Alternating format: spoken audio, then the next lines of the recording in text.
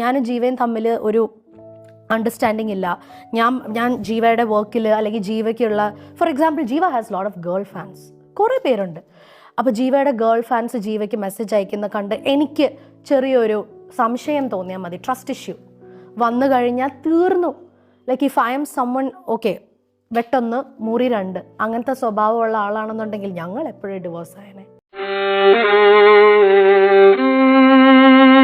മണി ഭയങ്കര ഇമ്പോർട്ടൻ്റ് ആണെന്ന് വിശ്വസിക്കുന്ന ഒരാളാണ് ഞാൻ. Because money comes first. Money ഉണ്ടെങ്കിൽ നമുക്ക് നമ്മുടെ ലൈഫിലെ ബാക്കി എല്ലാ കാര്യങ്ങളും സിമ്പിളായിട്ട് നടത്താം. റിലേഷൻഷിപ്സ് ആണെങ്കിലും anything and everything you can get if you have മണി.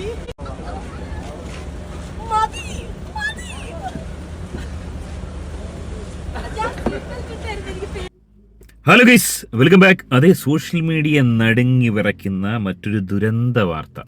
ഈ ഒരു വാർത്ത പുറത്തു വിടുമ്പോൾ വലിയൊരു ഭാഗം ആൾക്കാർ എന്തായാലും നമ്മളെ തെറി പറയാൻ വേണ്ടി വരും. ഇത് മനോരമയിൽ ഓൾറെഡി വന്നു കഴിഞ്ഞു. അവിടെ എവിടെയും തൊടാതെ മനോരമ അടക്കമുള്ള മാധ്യമങ്ങൾ ഇത് പങ്കുവച്ചിട്ടുണ്ട്. അപ്പോൾ ഇതിൻ്റെ യാഥാർത്ഥ്യം എന്താണെന്ന് പറയുന്നതിൽ തെറ്റുണ്ടോ? അപ്പോൾ അതിൻ്റെ യാഥാർത്ഥ്യം ജനങ്ങൾ അറിയേണ്ടത് എന്തുകൊണ്ടാണെന്ന് ചോദിച്ചു കഴിഞ്ഞാൽ, ഇത്തരം ഇൻഫ്ലുവൻസേഴ്സ് ഒരുപാട് പേരെ ഇൻഫ്ലുവൻസ് ചെയ്ത് പറ്റിച്ചവരാണ്, വഞ്ചിച്ചവരാണ്. അതായത് നമ്മുടെ നാട്ടിലെ സാധാരണക്കാർ പഹയന്മാരുടെ ജീവിതം പോലും തകരാൻ കാരണം, അതായത് പലരുടെയും ഒരു ചിന്താഗതി, ഇവരുടെയൊക്കെ ഒരു ലൈഫ് സ്റ്റൈൽ കണ്ടിട്ട്, അതായത് റീൽസ് ലൈഫും റിയൽ ലൈഫും തമ്മിലുള്ള ഒരു വ്യത്യാസം ഇനിയെങ്കിലും കള്ളകുമാരികളെ മനസ്സിലാക്കുക. അപർണയെ കണ്ടുപിടിക്കുക, ഓൾ എത്രമാത്രമാണ് ജീവയെ സ്നേഹിക്കുന്നത്, അല്ലെങ്കിൽ ജീവയെ കണ്ടുപിടിക്കുക, ഓളുടെ ഭാഗ്യമാണ് ജീവ, അല്ലെങ്കിൽ അപർണ ഓൻ്റെ ഭാഗ്യമാണെന്നൊക്കെ ചിന്തിച്ചിരുന്ന പഹയന്മാരെ ഇനിയെങ്കിലും മനസ്സിലാക്കേണ്ടത് 99% റീൽസ് ലൈഫ്, റിയൽ ലൈഫ് കപടമാണ്, വ്യാജമാണ്.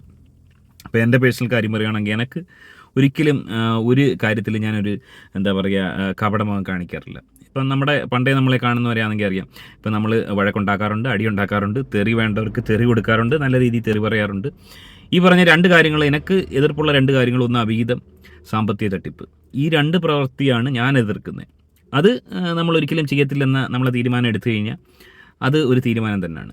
ഈ വിഷയങ്ങളിലാണ് പ്രധാനമായും സോഷ്യൽ മീഡിയയിൽ ഈ പറഞ്ഞ ഇൻഫ്ലുവൻസർമാരുടെ കപടമുഖം അഴിഞ്ഞു വീഴുന്നത്.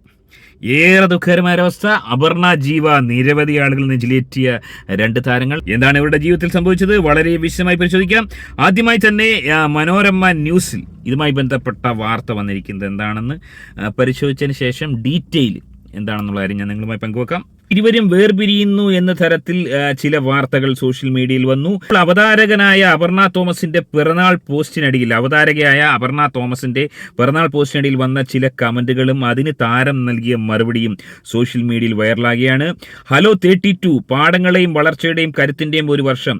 എന്നെ തന്നെ വിശ്വസിക്കാനും എന്റെ ഊർജം കാത്തു സൂക്ഷിക്കാനും തുടർന്ന് മുന്നോട്ട് പോകാൻ ഞാൻ പഠിച്ചു. ഇനിയും മുന്നോട്ട് കൂടുതൽ ഉയരങ്ങളിലേക്കെന്നാണ് അവൾ കുറിച്ചത്. അതിന്റെ താഴെ ഒരു ആരാധകനായിട്ടുള്ള ഒരു ഭഗയൻ ഓൻ ചോദിച്ചത്, നാളെ നിങ്ങളുടെ വിവാഹ വാർഷികമല്ലേ എന്നൊരാൾ ചോദിച്ചപ്പോൾ അതിന്റെ മറുപടിയായി ഓള് പങ്കുവച്ചിരിക്കുന്നത് അതൊക്കെ പണ്ട് എന്നുള്ളൊരു മറുപടിയാണ്. ഏറെ നടുക്കത്തോടെ അല്ലാതെ ഈ ഒരു മറുപടി ഹതഭാഗ്യരായ ആരാധകർക്ക് കണ്ടു നിൽക്കാൻ സാധിക്കത്തില്ല. എനിവേ, ഈ ഒരു വിഷയത്തിൽ എന്താണ് സംഭവിച്ചത്, എവിടെയാണ് പിഴച്ചതെന്നറിയണമെങ്കിൽ ഓള തന്നെ, അതായത് അപർണ തോമസിന്റെ തന്നെ 2-3 ഇന്റർവ്യൂവിലുള്ള ക്ലിപ്പിങ്ങുകൾ കണ്ടു കഴിഞ്ഞാൽ എവിടെയാണ് പിഴച്ചതെന്ന് മനസ്സിലാക്കും.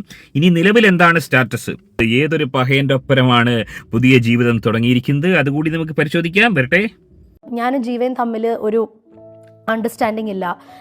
ഞാൻ ജീവയുടെ വർക്കിൽ അല്ലെങ്കിൽ ജീവയ്ക്കുള്ള, ഫോർ എക്സാമ്പിൾ ജീവ has lot of girl fans, കുറേ പേരുണ്ട്. അപ്പോൾ ജീവയുടെ ഗേൾ ഫാൻസ് ജീവയ്ക്ക് മെസ്സേജ് അയക്കുന്ന കണ്ട് എനിക്ക് ചെറിയൊരു സംശയം തോന്നിയാൽ മതി, ട്രസ്റ്റ് ഇഷ്യൂ വന്നു കഴിഞ്ഞാൽ തീർന്നു. Like if I am summon, okay വെട്ടൊന്ന് മുറി രണ്ട്, അങ്ങനത്തെ സ്വഭാവമുള്ള ആളാണെന്നുണ്ടെങ്കിൽ ഞങ്ങൾ എപ്പോഴും ഡിവോഴ്സ് ആയനെ. എനിക്ക് തോന്നുന്നു ഒരു പരിധി വരെ ഡിവോഴ്സസ് ഒക്കെ സംഭവിക്കുന്നത്, I won't say adjustment, I won't say sacrifice, because that two terms are bullshit in your relation. അതൊന്നുമല്ല, അഡ്ജസ്റ്റ്മെൻറ്റും സാക്രിഫൈസ് ഒന്നുമല്ല.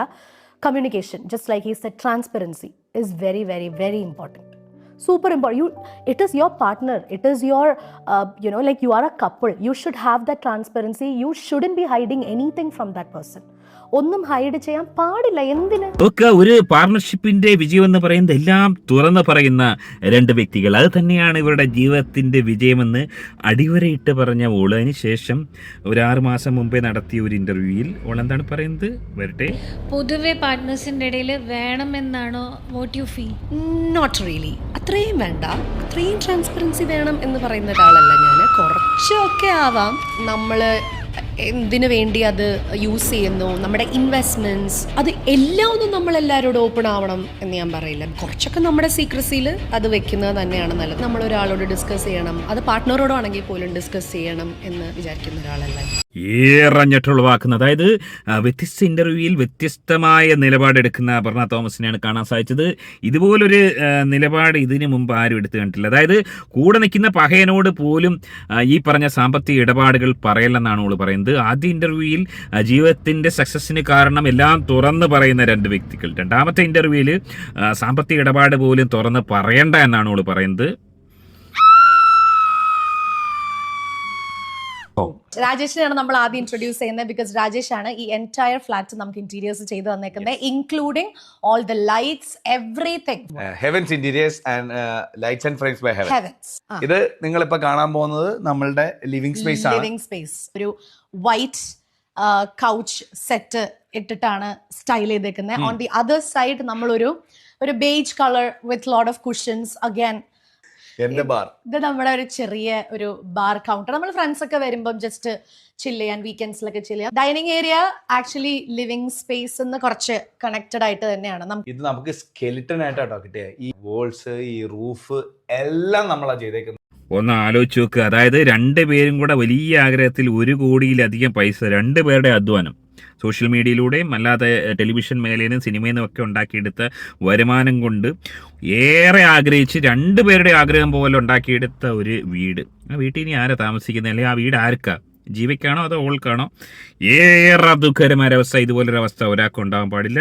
ഇനി അപർണ മോളുടെ പഴയൊരു വീഡിയോ, അതായത് ഓള് ഈ ഒരു മേഖലയിലേക്ക് കടന്നു വരുന്നതിന് മുമ്പ് എങ്ങനെയായിരുന്നു എന്നുള്ള ആ ഒരു വീഡിയോ കൂടെ ഞാനൊന്ന് വെക്കാം. നല്ല സുന്ദരി കുട്ടിയില്ലേ? എവിടെ മോളുടെ വീട്? എവിടെയാ? പറവൂര്. പഠിക്കുകയാണ് ആക്ച്വലി, ഡിഗ്രി ചെയ്യുവാണ്.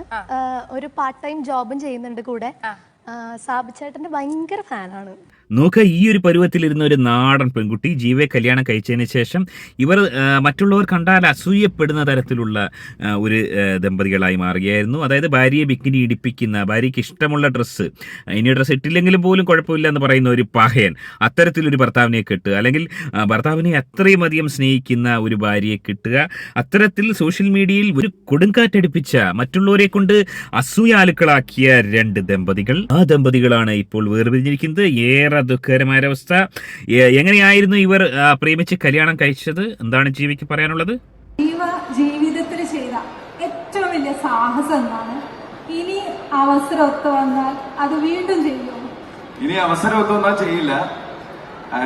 ഏറ്റവും വലിയ സാഹസം എന്ന് പറഞ്ഞാൽ, എനിക്ക് പണ്ടൊരു ഗേൾഫ്രണ്ട് ഉണ്ട് കാലിക്കട്ട്. അപ്പൊ വീട്ടിൽ പറയാതെ ആ കുട്ടിയുടെ കൂടെ കാലിക്കട്ട് ട്രെയിനിൽ വന്നതാണ്.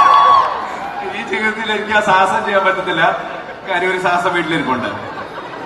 ഏറെ നാൾ സ്നേഹിച്ച് സ്വന്തമാക്കിയ ഒരു പാർട്ണർ, രണ്ടുപേരും തമ്മിൽ കടുത്ത പ്രണയത്തിനൊടുവിൽ ജീവിത സാഫല്യം നിറവേറ്റി മുന്നോട്ട് പോയിക്കൊണ്ടിരിക്കുന്ന സമയത്ത് എന്താണ് അവിടെ സംഭവിച്ചത്? അതേ മറ്റൊന്നുമല്ല, ഓള് വെളിപ്പെടുത്തുന്ന ചില കാര്യങ്ങൾ. വരട്ടെ.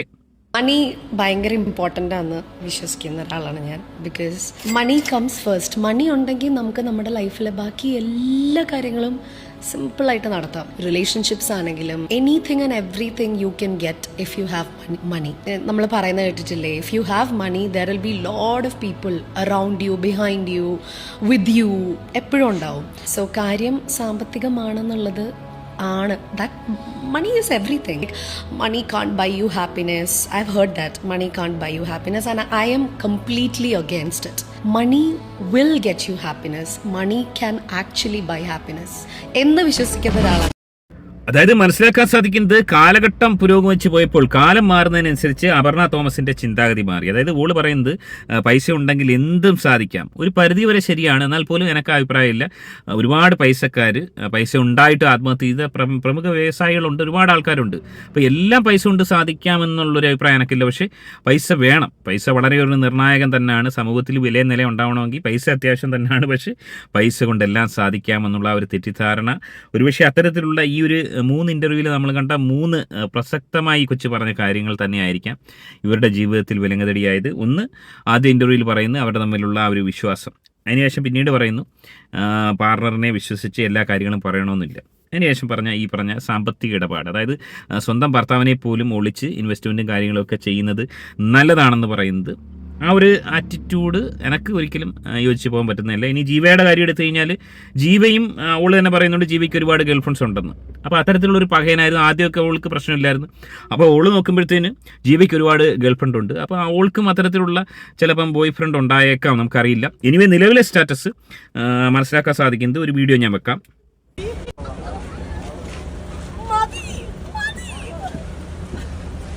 അത് ഈ ഒരു വീഡിയോ കാണുന്ന ഒരു പഹയൻ, അതായത് ഓനൊരു റിച്ച് മാനാണ്. ഓന് 8ഓളം ജിമ്മുകളുണ്ട്, വേറെയും ഒരുപാട് സംഭവങ്ങൾ ഓന് സ്വന്തമായിട്ടുണ്ടെന്നാണ് പറയുന്നത്. അത്തരത്തിലൊരു പഹയൻ. ഓൻ കല്യാണം കഴിച്ചാണ്. ഓന് ലവ് മാരേജ് ആയിരുന്നു.